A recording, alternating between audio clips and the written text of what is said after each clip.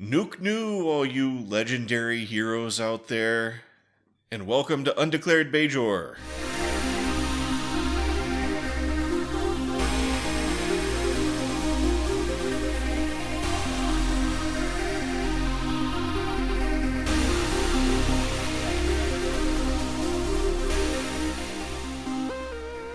I thought you were going to go for Dahar Masters.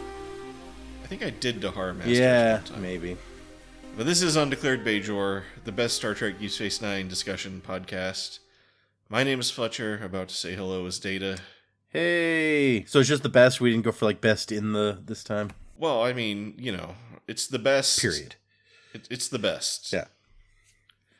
I didn't, in fact, it was unnecessary for me to even say Star Trek DS9 discussion podcast. I could have just stopped. It's the best. At the best. Simply the best.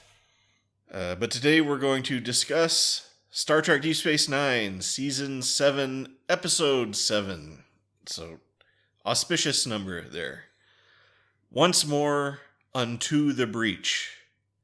Alternate title, Kor, God of Blunder. Wow. That was good. I feel like a lot of thought went into that. Kind of.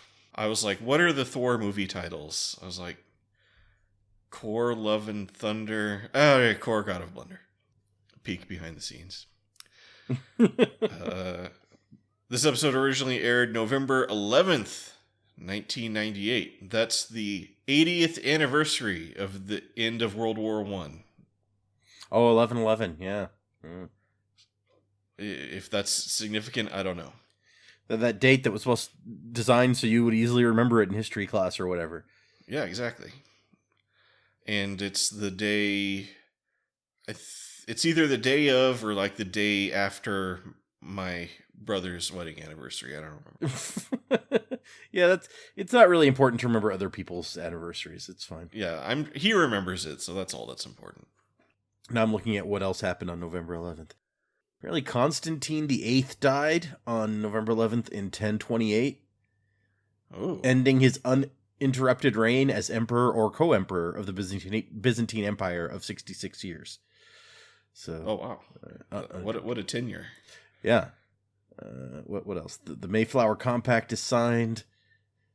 Gottfried Leibniz demonstrates integral calculus for the first time to find the area under the graph of y equals fx. Nice. So, yeah, there you go. That is the use of integral calculus. So, the state of Washington is admitted to the U.S. 1889. Not the same year as Gottfried Leibniz, which was 1675, but there you go. Fun facts about the day this episode aired. We should have been doing that this whole time. Yeah. That's a segment we regularly do. Man, now I'm lost. Okay, so this episode was originally aired November 11th, 1998. Yep, we did that. See, the thing about those dates in history, though, yeah, is you have to remember the switchover from the Julian to the Gregorian calendar, which in English-speaking countries happened, I think, in 1750 something. So it's some of those dates are kind of not exactly that number of years ago. So, interesting. I always kind of wonder about that. And that didn't even happen in Russia until the Communist Revolution. So. Oh man, so you got all the 1800s. If anything happened in Russia, you're like, when did that really happen? Okay. I vaguely remember that detail from when I wrote a report about the Russian Revolution. Anyway, so this episode was written by Ronald D. Moore and directed by Alan Craker. Yep.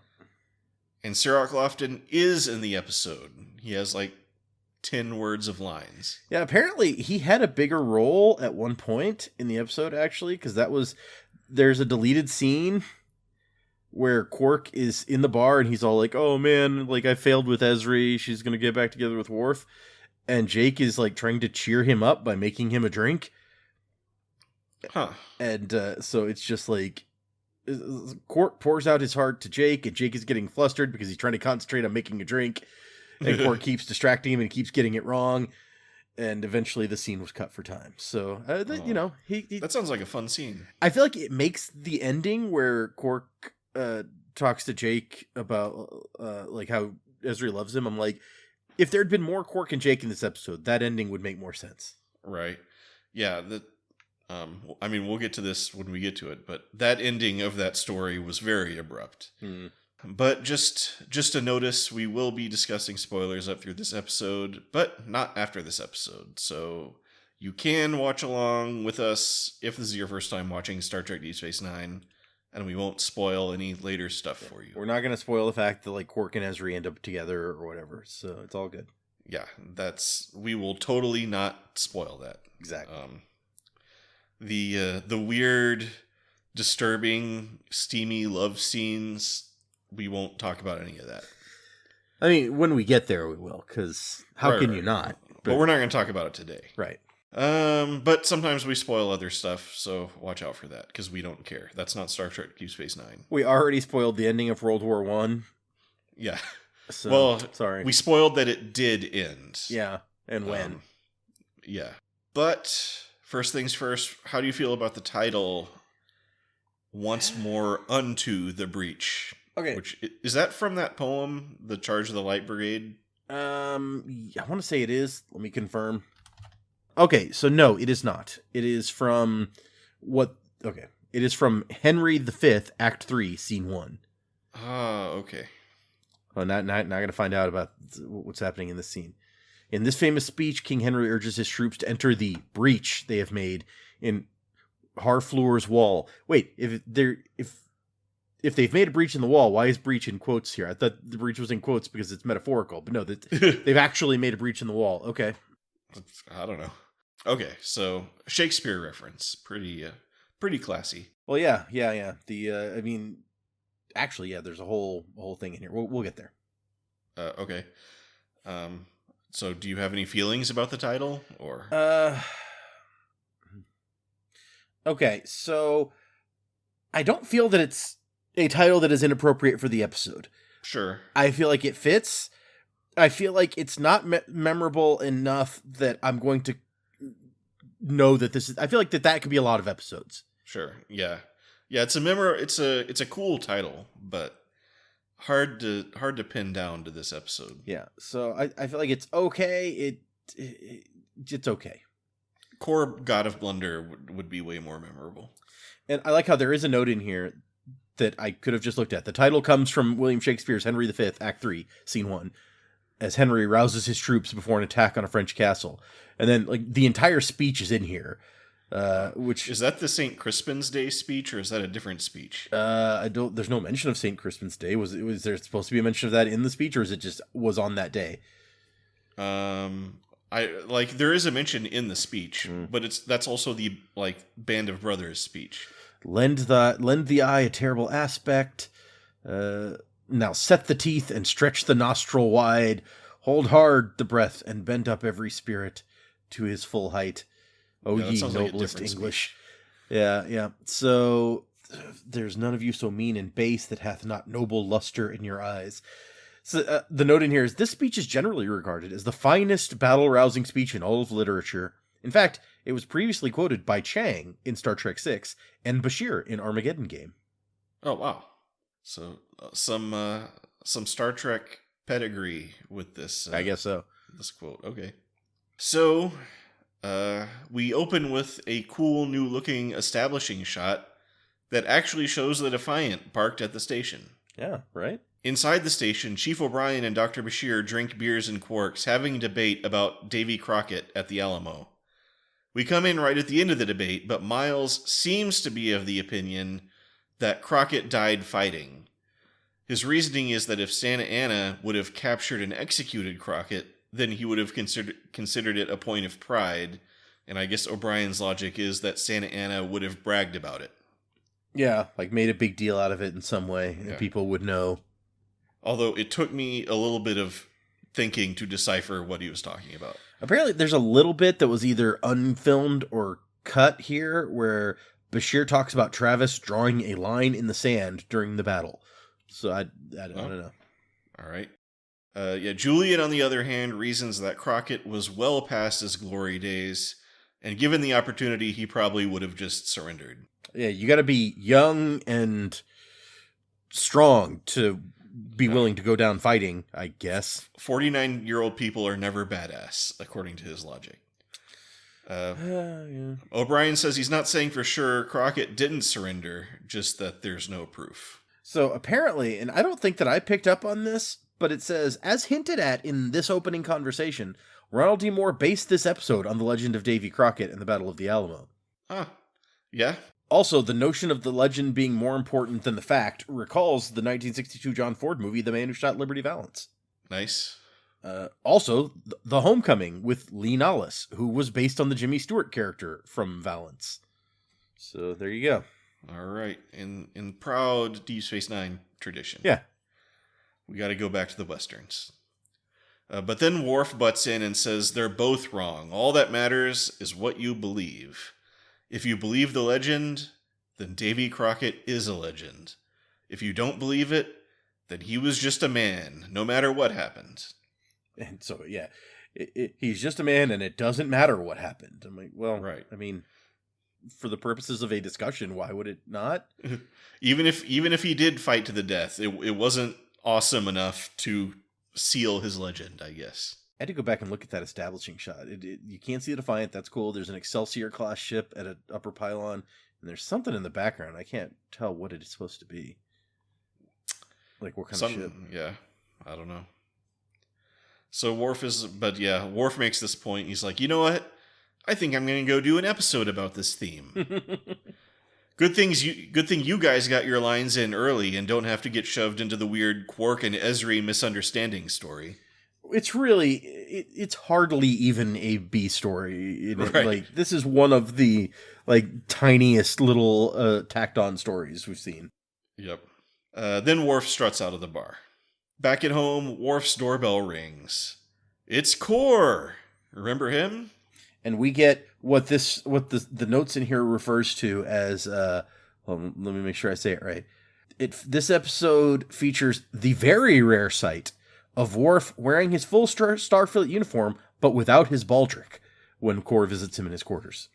Oh, sure. I guess technically, because I think he took it off and was about to go to bed. Yeah, which it's funny that I read that because in my watch through of all Star Treks today, I was the last one that I watched today was it's called Reunion. And the one where Worf's son Alexander first shows up. Oh, okay. And I was thinking of reunification for a second, but that's a different episode. When I first saw the title pop up, I was like, "Oh, is that the one with Montgomery Scott?" No, that's Relics. Anyway, so Relics has Scotty. Reunification has Spock. So Reunion has Alexander. After Worf, and Alexander discover the dead body of Alexander's mother, and Worf leaves the kid in the room with the dead body and the doctor to go off and get revenge. He goes to his quarters, rips off his baldric, picks up his sword, and then on second thought takes off his communicator badge also. And I was like, why would you take off the Klingon sash thingy? Wouldn't that be part of your I'm going to look Klingon and go get revenge? It seemed very strange to me, but that is another time we've seen that very rare sight. Yeah.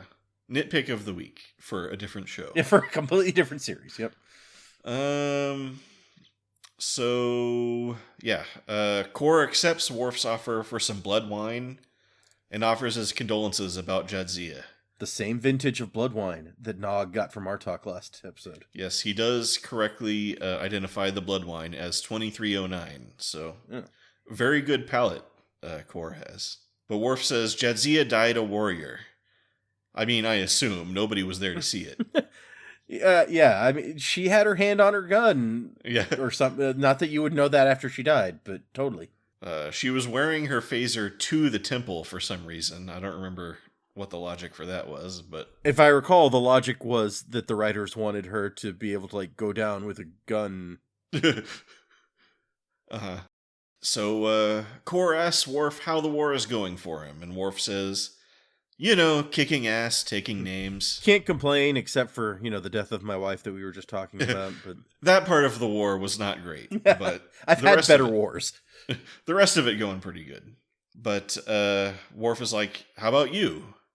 And Kor admits the war is not going well for him. It hasn't been a very eventful war for Kor. Kor's war has been a bit of a bore. It seems that nobody wants to give Kor a position. But you're Kor, Dahar Master. Who wouldn't want to give you a command?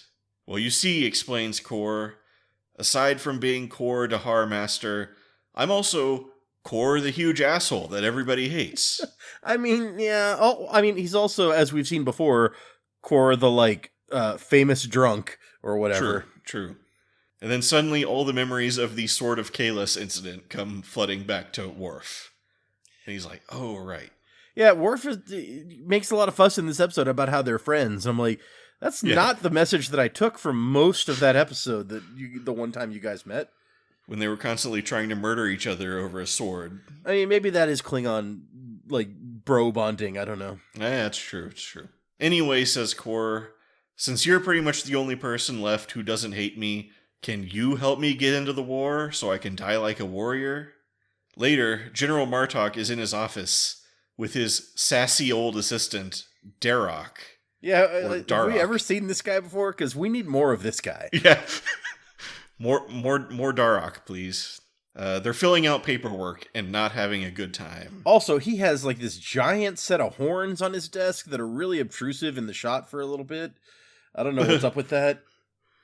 I think I only subconsciously realized that because I was watching that. I was like, what's on his desk there?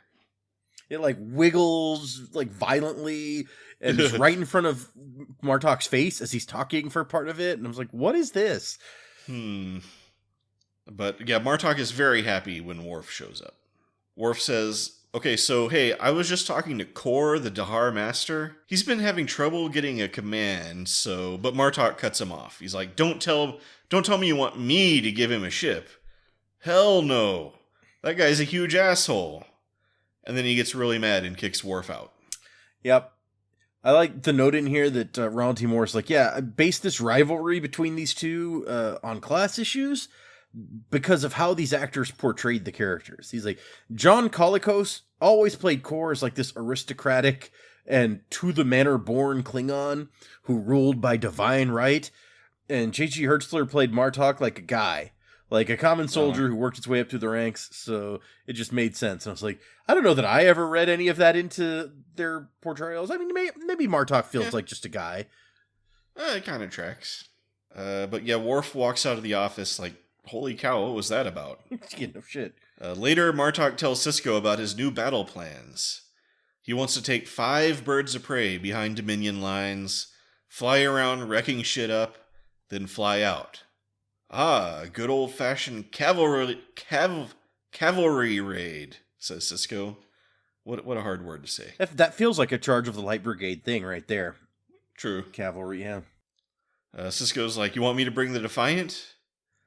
And then Martok's like, well, far be it from me to question your strategic skills, but maybe the Defiant would be better here to defend the station? But if you want to put together some ships to meet us when we come back, that would be good, since we'll probably be being chased by a bunch of Jem'Hadar. Which, it turns out they were. Yeah, good thinking, Martok. Aboard Martok's bird of prey, the Chatang, what happened to the Rotaran? Hold on, let's see. Did that get blown up or something? I don't remember it getting blown up. Let's see what Memory Alpha says about the Rotaran. No, the last time that it gets mentioned is... Oh, okay, no. Never mind. It will show back up. Spoiler, I guess. Oh, okay. So maybe it's in the shop or something. I don't know. Could be. But so the crew is making preparations for battle. Worf is there and he's like, okay, don't get mad, but I do want to bring up the Kor issue again. I implore you once more to help Kor join the war. Martok immediately gets mad again and orders everyone off the bridge. Worf says, why can't I even talk to you about this? Have I become a Shuvak? Yes, you are now a Shuvak, whatever. To be ordered about like Durak? So I guess Durak is a Shuvak. And then Martok's like, ooh, that's really not a word you should use. I think that's kind of like a their word type thing. But Martok's like, okay, fine. So Worf makes his pitch, but Martok says he would not give Kor the gnawed bones of his last meal, let alone a ship. And Worf's like, okay, that's a pretty badass line, Yep. I admit. That, But why? Kor says he doesn't even know you. But Martok says you can wound a man without ever seeing his face. According to Memory Alpha, Shuvok is a servant. Okay. In fact, wounding a man without ever seeing his face is pretty common when you do most of your fighting in spaceships. In spaceships, yeah, I was thinking the same. Yeah, like Martok tells the story of how he was a poor kid from the lowlands of Ketha province, which I gather from context is like the Alabama of Kronos. the freaking Ketha Lowlands. I didn't know that about him, man. Oh, jeez. They were a family of warriors, but Martok's father had ambitions of Martok becoming an officer. So he put everything into this plan and eventually found a sponsor for Martok, and Martok passed the entrance exam on the first try. But when his application got to the oversight board, it was denied by Kor, because Kor is super elitist and doesn't think lowborn people should become officers. That is messed up. And because he had the mark of Kor against him, Martok couldn't even join as a common soldier. Which makes it no had sense. to join as a civilian laborer. I mean, like, come on! Just because you got rejected from officer, I've been to military recruiters. They are more than happy to take you. Like getting rejected from officer training, not going to be relevant. I would think in Klingon society in particular, like, oh, you want to fight? Sure, we'll find a way for you to fight. It's just the mark of the Dahar Master carries that much weight, I guess. I also like how when we go and talk to Kor and Worf recounts the reasoning for Martok hating him, Kor's like, well, I don't remember that, but I mean, come on. Like, he's not apologetic in any way. Yep. But yeah, it was only by luck that 5 years later, Martok was able to earn a battlefield commission, but his father did not live to see it. Which, apparently, this note makes it sound like that line was not in the original script. So he's like, I went and asked Ron Moore if I could add one line to the speech that I had. And it was, unfortunately, my father did not live to see the day.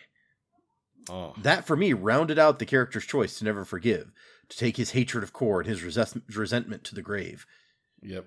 That makes it a lot worse, so.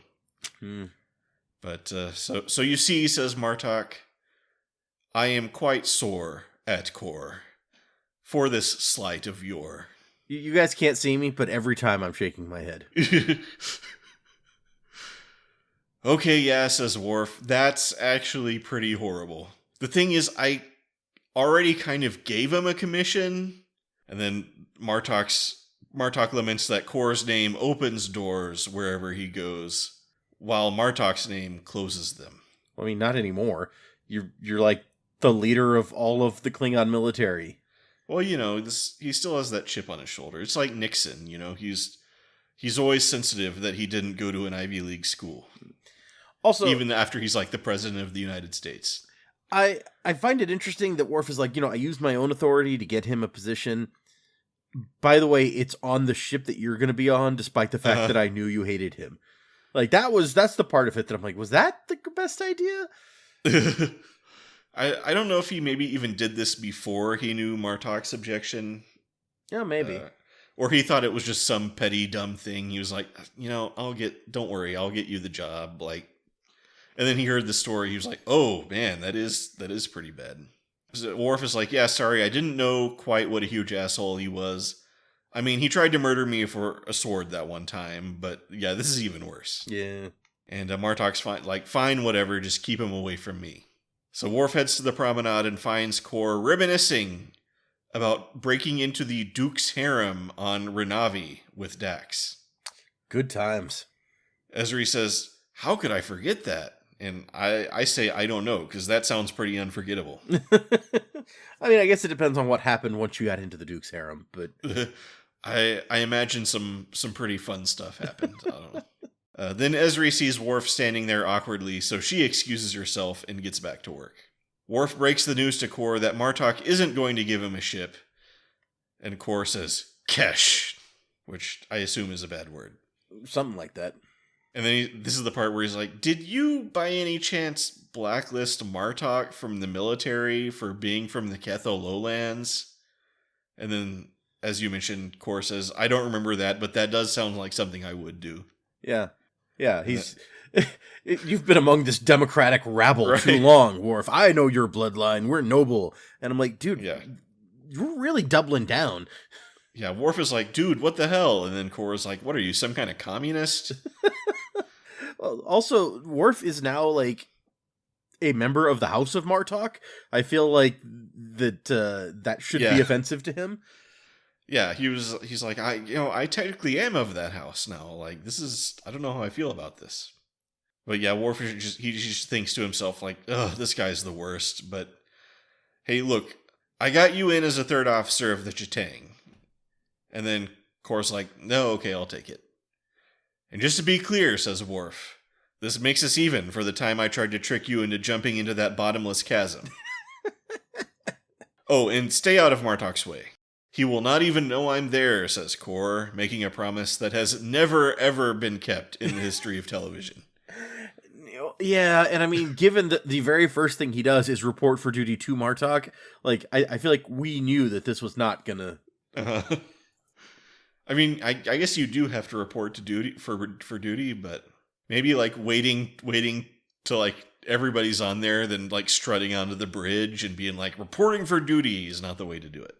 I don't know. But yeah, then Kor's like, wait, what's the name of that ship? And then Worf's like, the Chitang? And then Kor's like, oh, right, I knew that. Right, yeah, obviously. And Worf is like, okay. But then it's game day. The birds of prey gather for the raid. Checklists are gone over.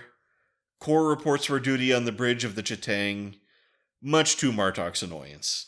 But a palpable excitement stirs among the rest of the crew. It's Kor, the Dahar master. Sassy old guy can't contain his glee at serving on a ship with the great Kor. Oh, he's excited. Oh, yeah. Martok says, don't you have something to do? And sassy old guy is like, no. It's like, actually, no. I don't. Which was a funny moment. Then find something, says Martok. So sassy old guy goes and gets in line for Kor's autograph. And Martok seethes. I just went back and looked at that bit too. Like, it's such a great delivery of that line when he's like, don't you have something to do? And he looks like confused and he's like very earnestly like, no. Like, you know that I don't have anything to do. What are you talking about? Meanwhile, on Deep Space Nine, in what, as you referenced earlier, isn't so much a B plot as a B thing that happens. Yeah. Ezri and Kira earn their residual checks by having a conversation about how weird people always act when a joined Trill gets a new host, always looking for some piece of recognition.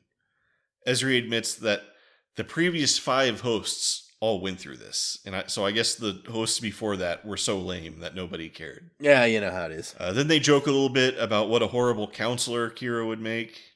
Ha ha ha. Then Ezri says ever since she saw Kor, she's been having dreams about the good old days. The exciting days of yore with Kor. At this point, Quark walks by and starts eavesdropping, not knowing that Ezri is talking about Kor. Ezri goes on a weirdly worded ramble about how she'd give anything for them to be together one last time, side by side like it used to be. Yeah, it did sound a little bit weird. Yeah, it didn't sound like a natural way Ezri would talk, but whatever. Then they catch Quark listening in and they're like, are you going to give us those drinks or what? Back at the bar, Quark is visibly distraught. Odo wanders in and asks what's up, and Quark says that Ezri wants to get back together with Worf. And that's a wrap on Odo. He said exactly 12 words, and now he's out. He got his check. Yep. In the mess halls of the Chitang, Martok regales his crew with stories of his heroic deeds at Felton Prime. And I assume Felton has got to be a friend of Ronald D. Moore or something. I don't think... Hold on, now we gotta see. It's not mentioned in the article about the episode, but let's see if there's something about it in here. Hold on. Federation outpost at Caleb 4. I also assume Caleb is a friend of Ronald D. Moore. The planet was only mentioned in dialogue. Caleb is pronounced from the script pronunciation guide. He doesn't really mention anything about that. Also, I didn't find a thing on Felton in here. I must have missed it. I think Ronald D. Moore probably has a friend named Caleb Felton. But, the crew toast Martok with a hearty kapla, and then Kor walks in. Everybody falls silent and rises from their seats. They all swarm around Kor, starstruck. Someone offers to serve him gach. Worf tries to distract Martok by asking about the battle plan. Martok says they're going to do a classic double-tap strike. He's going to send in 2 ships to attack the target. Then when the first responders come out, we'll all swoop in and attack again. Isn't that a war crime? Thinks Worf. But Kor approves of this plan. It's exactly what he and Kang did in the Battle of Caleb 4 against the Federation. Yeah. Gotta kill all those medics and stuff. Yeah. That'll get them. Yep. I like how I found the Felton Prime article. It doesn't say anything about what the origin of the name is, but there's a Discovery episode where someone is called the most ferocious fighter this side of Felton Prime. So. Oh wow! So it's like the Mississippi River of outer space, or something, yeah. All right, and I guess people on the other side of Felton Prime, those are the ferocious people, probably.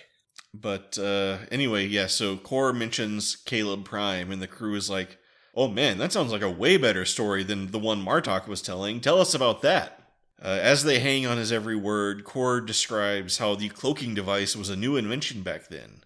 So he spent 3 days taking it apart and putting it back together. As you do. And then Martok gets agitated and storms out. The crew adore Kor, and he can stand it no more. On the bridge, Worf says, "Give them a break, the dude's a legend." And then word comes in that they've arrived at Trelka 5. Martok calls all hands to battle stations. Kor, however, seems a little confused about where he's supposed to go. It's like, is there a battle station I'm supposed to go to? Apparently, at some point during the raid on Trelka 5, the Klingons are using meters instead of the usual Kelicams. Oh my gosh. Yeah. What does this mean? So yes, the Battle of Trelka 5 is exciting and filled with lots of special effects. However, one of the birds of prey gets blown up by a Cardassian cruiser. They swoop in for the second wave of the attack, and the Ch'tang starts taking heavy damage. Martok orders to pull back, then quickly gets knocked out, along with Worf. With Martok and Worf on the floor, up steps Kor. So I guess third officer is like second officer on a Federation ship? Okay, I guess that makes sense. I was wondering, like, what happened to the second officer, but maybe, No, but we know that Worf is the first officer, right? They've called him that before. Oh, maybe you're right, yeah. I'm pretty sure. Maybe second officer was just off duty. I don't know. Yeah, I think maybe Kor is just crazy.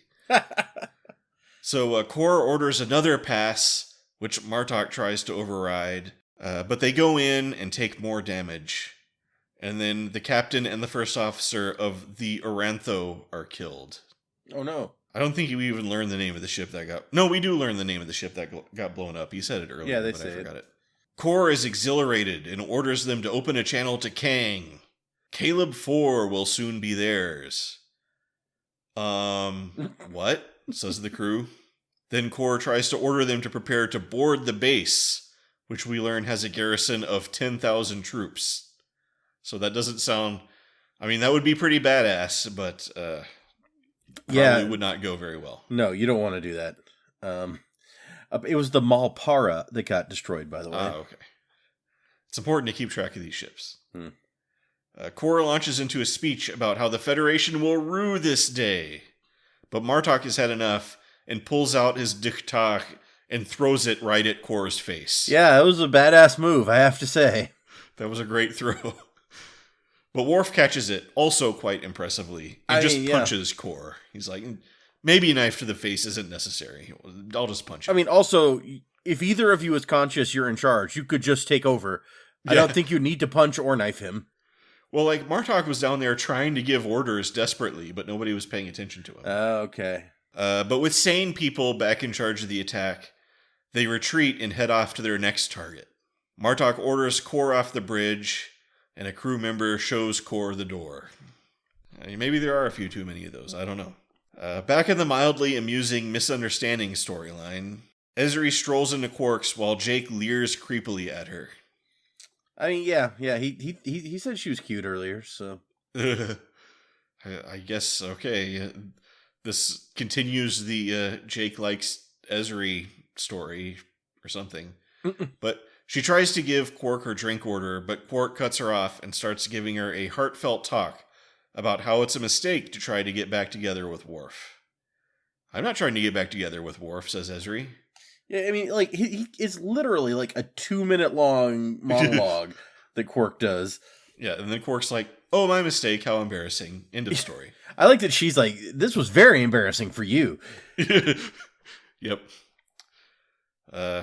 So Jake gets in like 10 words or something, then we're done with that story forever. Oh, also she orders a Moscow Mule, which I thought was interesting. Good drink choice. I like me a mule. I don't know that I've ever heard someone on Star Trek order a drink like that wasn't like, other than root beer, that wasn't like some weird alien thing. I meant to check to see if he pulls out the copper mug or not, but... So Martok and the crew head down to the mess hall and find Kor eating alone. Martok decides to use this opportunity to get in some super petty gloating. Oh, maybe we should attack Caleb 4, huh, Kor? Would that be a good target, Kor? Maybe we can call your friend Kang to help us. Oh no, we can't, he's dead. Your friend is dead, ha! Kor bears it all wordlessly, then gets up to leave. Martok tells him to say something, and Kor says, poignantly, savor the fruit of life, my young friends. It has a sweet taste when it is fresh on the vine. But don't live too long, the taste turns bitter after a time. And then he straightens himself up and walks out. And Martok is like, damn it, that was pretty good. Yeah, it's like, why did I give him that opening? He could have left without saying anything, and I would have been great. He recovered his dignity and made me look like an asshole. Yeah. Apparently, there's a note that this speech is reminiscent of his first appearance, Kor's first appearance in the original series episode Errand of Mercy, where he says to the Organians, I hope you will continue to savor the sweetness of your life. He says it like really condescendingly there, though, because like he's like, oh yeah, we've taken over your planet, do what we say or else. And they're like, yeah, we totally will do whatever you say. We don't want any trouble. And he's like, good. Yeah, you guys keep wanting to live, and then that'll be good. I mean, isn't it Ronald D. Moore who likes to put in like original series deep cuts all over the place? I don't remember that, but it would make sense. It's someone. We've talked about it a long time ago. That was a Memory Alpha fact, I remember.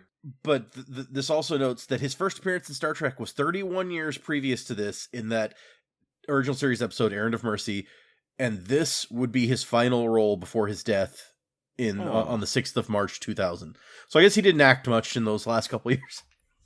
I don't remember. Well, it was his final role ever? Yeah, his final acting role. Oh, wow. So I remember there was one of the three guys who in that previous episode we learned was like not acting anymore, was actually really hard to get a hold of, and they only found him because he was like doing Star Trek cruises, and they found him through that. So maybe that was this guy, and he was just, it was his last role because he wasn't a working actor really. Yeah, it could be. I don't remember which guy that was. So later, Worf finds Martok in the captain's chair staring at the ceiling, or I guess it's his ready room, because he walks from there to the bridge.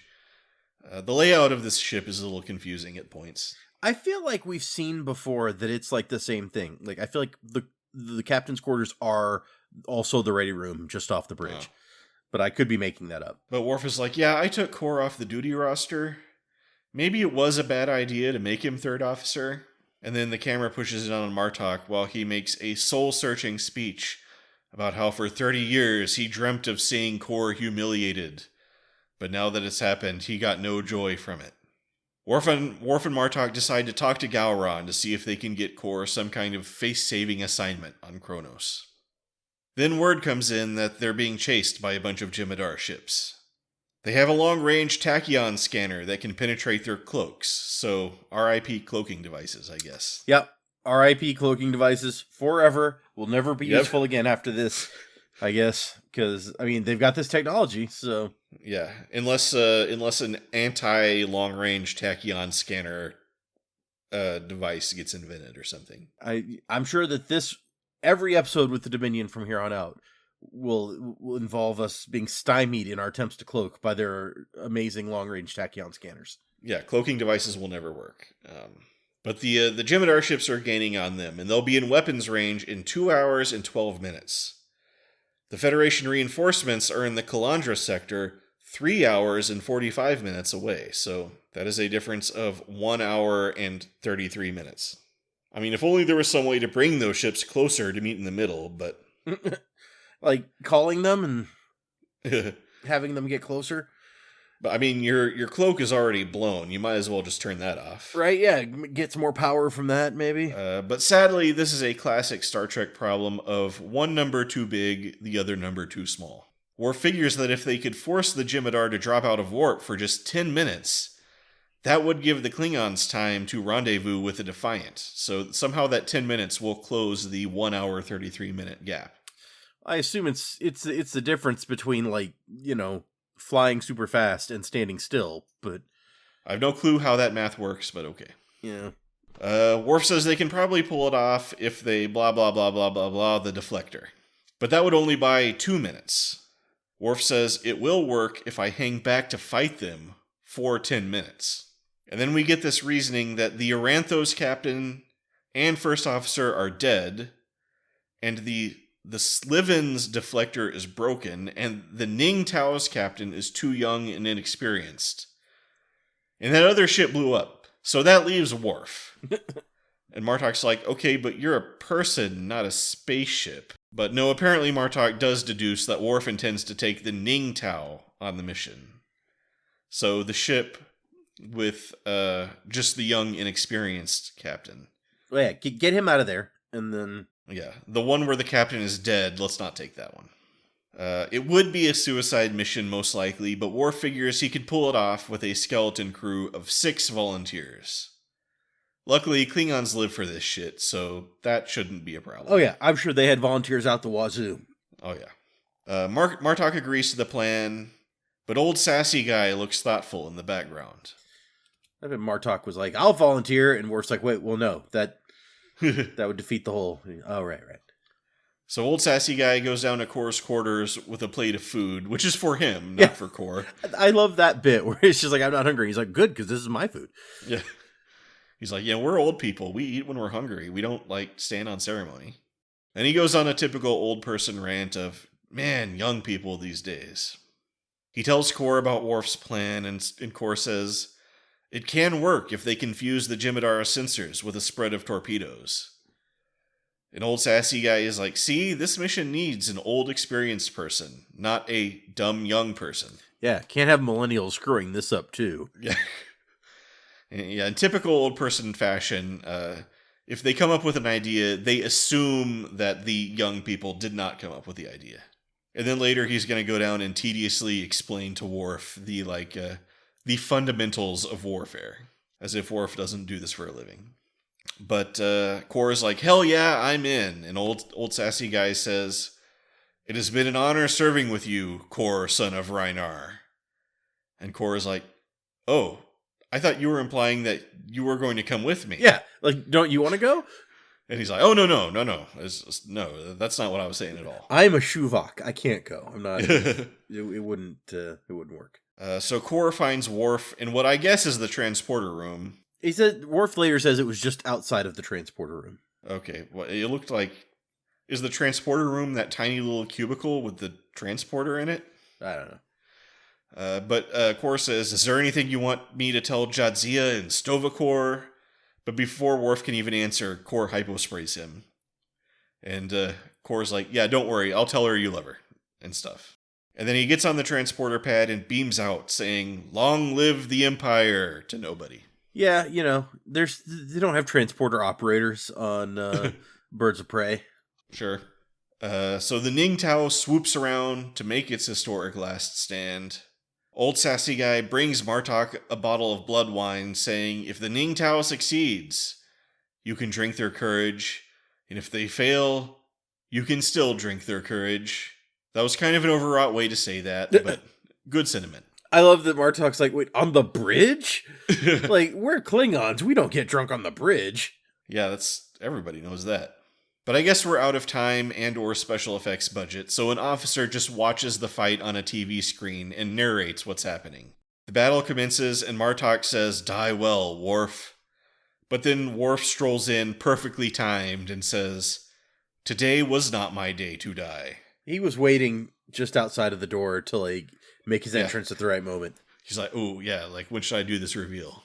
Martok is like, "But if you're here, who's..." And the person at the TV screen reports the Ningtao has taken on the 10 enemy ships, and then they go out of sensor range, so they can't see what happened. Martok has his doubts, but Worf says, he will succeed. He is Kor, the Dahar Master. I don't know if you know this, but Kor is a Dahar Master. Well, is he a Dahar Master, or is he the Dahar Master? This is a good point. Is he the Dahar Master, as in there are other Kors, but this one is a Dahar Master? Right. Or I was, it made, like, I feel like previously it was like Kor was a Dahar Master, and in this episode Kor is the Dahar Master, as if there were other Dahar Masters, but they have since died, and now it's just him. Well, weren't Kang and Koloth Dahar Masters also? I don't know that. Okay, hold on. Let's find out if Dahar Master. Let's see what we can find out about being a Dahar Master. Held by some legendary Klingon warriors, Kor, Koloth, and Kang had all become Dahar Masters. Okay. So some time passes, and an officer announces that they're in the clear. They're going to make it. The Jem'Hadar can't catch up. Martok takes the dagger that he earlier tried to kill Kor with, and uses it to lop off the stopper on the blood wine bottle. He toasts Kor, the Dahar Master, a noble warrior to the end. The crew passes around the bottle and sings a grand-sounding Klingon song in Kor's honor. For Kor has once and for all passed from being a mere man to being a legend. The end. Good for you, Kor. You went out like you wanted to. Apparently, there's a book called The Klingon Art of War that states the first Dahar Master was proclaimed by Emperor Kaldon, who made Birok a Dahar Master after his invasion of Tycho Kor. So there you go. Nice. Tycho Kor. The first world outside of the Kronos system to be brought into the Klingon Empire. Birok was then assassinated by a subordinate called Korvac, who some claimed deserved credit for Birok's success. Oh. Korvac would go on to be reviled for his crime. Nice. I mean, yeah, you killed the first Dahar Master. That's messed up, dude. This is good stuff to know. Michael Dorn says this is one of his two favorite Star Trek installments, the other being Soldiers of the Empire. He characterizes them as Shakespearean and epic, as well as just beautiful. Which one was Soldiers of the Empire? We may not have had Soldiers. Oh, wait, hold on. Is that the one with... Is that the one that was part... No, it's not. Hold on. Let me bring up Soldiers of the Empire now, because I'm not remembering it right. I was thinking it was part of, like, that 6-episode thing last season, but that's not right. It was... Worf becomes first officer under General Martok, and is caught between loyalty to his commander and loyalty to the crew. Oh, right. Yeah, I remember that. That was a good one. He says, let's see. John Calicos was a dream to work with, just a dream. We did one other episode with him, but this one was totally different. The guy was on his way out, and he couldn't do it anymore. The Lou Gehrig story or something like that. I like he's just like, yeah, something like that, you know. J.G. Hertzler also says this is one of his favorites. To have the amount of profound artistry inherent in John Calicos and Neil Vipond working around you is what you live for. Yeah. My favorite Deep Space Nine script, it was an actor's dream. I got to let loose my most venomous, vindictive anger at this old man, just attack him relentlessly. I think this made some viewers uncomfortable, because it was hard to like Martok in those scenes. Yeah, well, you know, that's, you gotta have a character have a flaw, and then have him learn about himself and grow and stuff. He says, furthermore, I told the producers that Martok should not join in singing the ballad at the end. They were worried about that, but I said, listen, Martok can give Kor all due praise, but he cannot sing to him because the hatred is still in there underneath. He does not forgive what the man did. I didn't notice that. Yeah, now I gotta... Oh yeah, everyone's singing and Martok's just standing there. So that's where he draws the line, I guess. He gets offered the bottle of blood wine, and he seems really hesitant, and we don't even see him drink it, I guess. He just it cuts away. Interesting. So he still carries that old wound. The guy's dead, man. Just let it go. I mean, celebrate that. You outlived him. You're going to be big, important general, and he's going to be dead. Yeah. That is all the notes on the episode in here. Okay, so review time. What do you think of Once More Unto the Breach?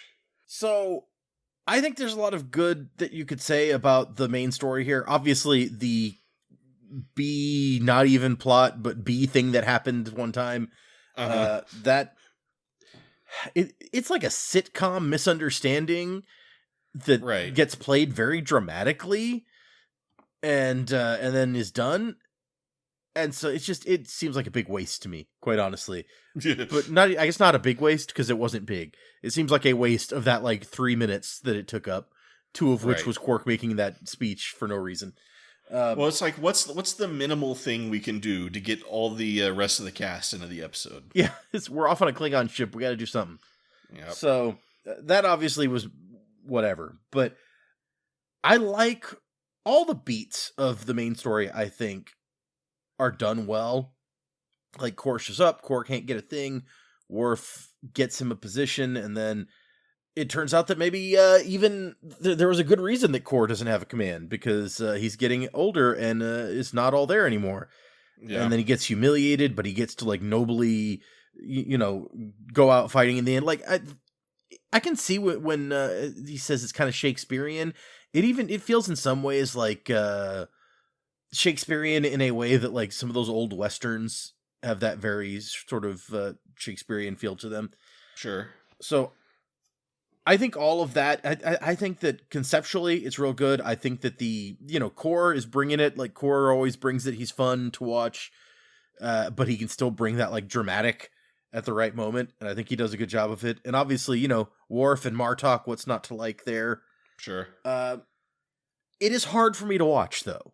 Oh, really? Like, it took me a week to go through this episode because it's just like so cringy. Not like it's bad. It's just like, oh, like like it's that secondhand sure embarrassment or whatever. And I'm just like, I'd start to watch it and get a few minutes in and be like, oh, I don't want to do this right now. I don't want to put myself through that feeling right now. It's not an episode that I want to rewatch. Despite me being like, I think that they did a good job. Like, it was a good idea. It was executed well. It's I don't enjoy watching it. I'm going to put it above the line, but it's going to be like a lieutenant commander for me because I think it's good. I just don't like watching it. All right. So I'm going to base my review on the Klingon stuff because the Quark and Ezri stuff is completely pointless, but also mercifully short. So for me, this episode has everything I like about Klingon episodes, and none of the things I don't like. It's grand and exciting. It has all the fun warrior stuff without any of the tedious, you have no honor. No, you have no honor stuff, which drives me crazy. Sure. And Worf is in rare form, because I feel like a lot of times with Worf, you get all these like, whoa, WTF, Worf moments. Yeah. And in this one, he's just like, he's just being a cool guy. He's being a good friend. He's kind of playing middleman between these two big personalities. So, and he's like kind of just doing good generally. So we don't always get to see like that kind of Worf. So that's nice. True. I like the character arc of Martok, like having this old grudge and kind of like learning how toxic that is within himself or whatever. Mm-hmm. The writing, the directing, and acting are all flawless, with special mention to what's his name, John Calicos. Yeah, and J.G. Hertzler. I thought both of them were really good. I mean, the episode relies heavily on the two of them being good, and they brought it. And I think just with them and just overall, the emotion really lands in the episode. Yep. And there's a lot of good directing with like a lot of really good like push-ins and close-ups and stuff of the monologues. And there were a lot of like good. It does feel Shakespearean in that there are a lot of lines that almost sounded like soliloquies. Martok's speech about like it brings me no joy and stuff like that. So, and I think this is a good episode to really bring out the special effects on. We don't always get that gift. Yeah, you got some good Klingon battles in here, sure. In these types of episodes. So. And it's a absolutely perfect send-off for Kor. We don't see what happened to Kor, but that works in the episode's favor. Like, if they were to try to bring back Kor later and say, oh, actually, he survived the battle, that would be like the ultimate screw you. So, if you would have asked me, like, right after watching the episode, I probably would have said, yeah, that's pretty good. And then I probably would have, like, debated whether to give it, like, a lieutenant commander or commander, but, like...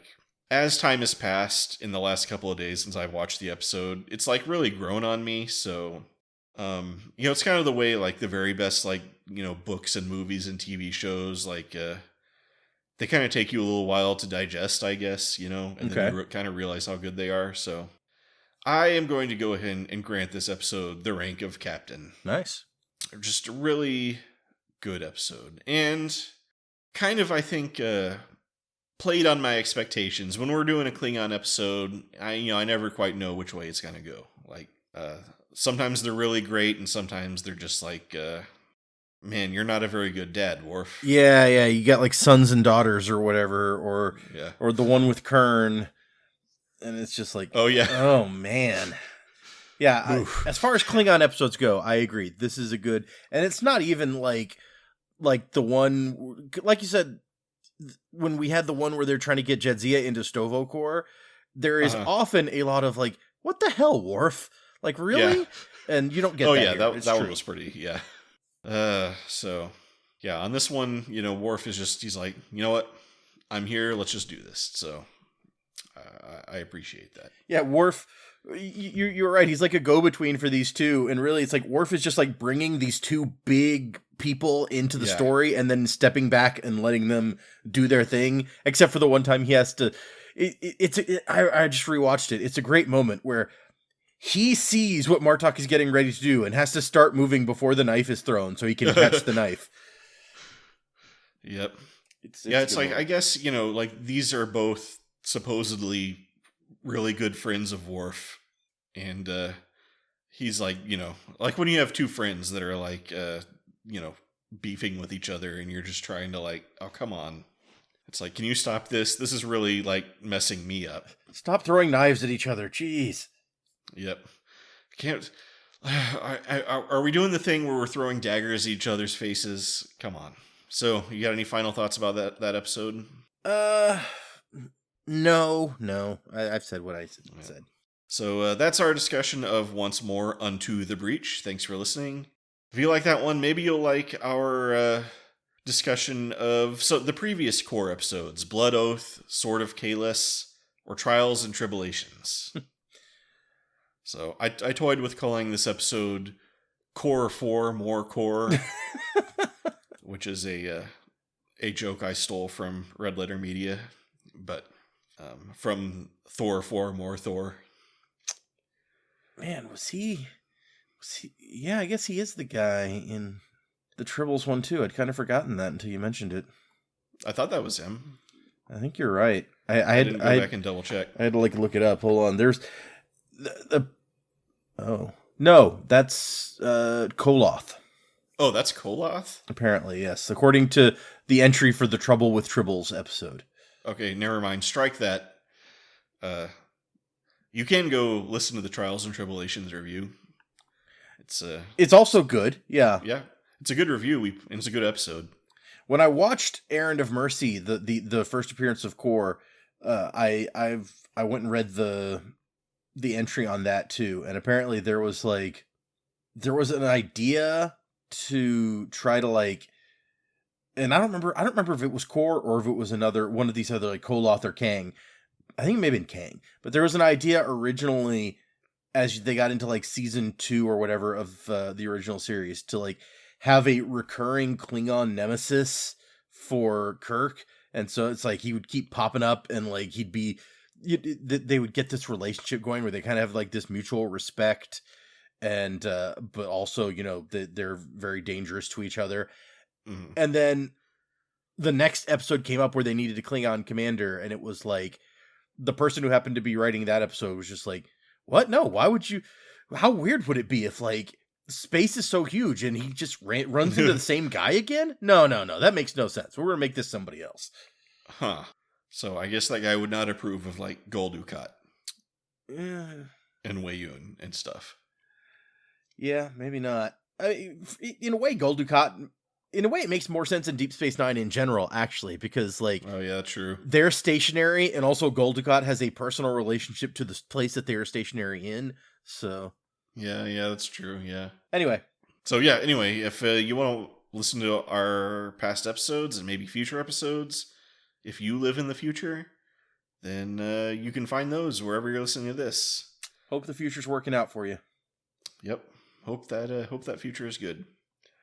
And if you want to leave us a comment, you can do that on YouTube. My name is Fletcher. About to say goodbye is Data. See ya. We look forward to seeing you next week for our next discussion on Undeclared Bajor. But remember, enjoy the fruit of life while it's ripe on the vine.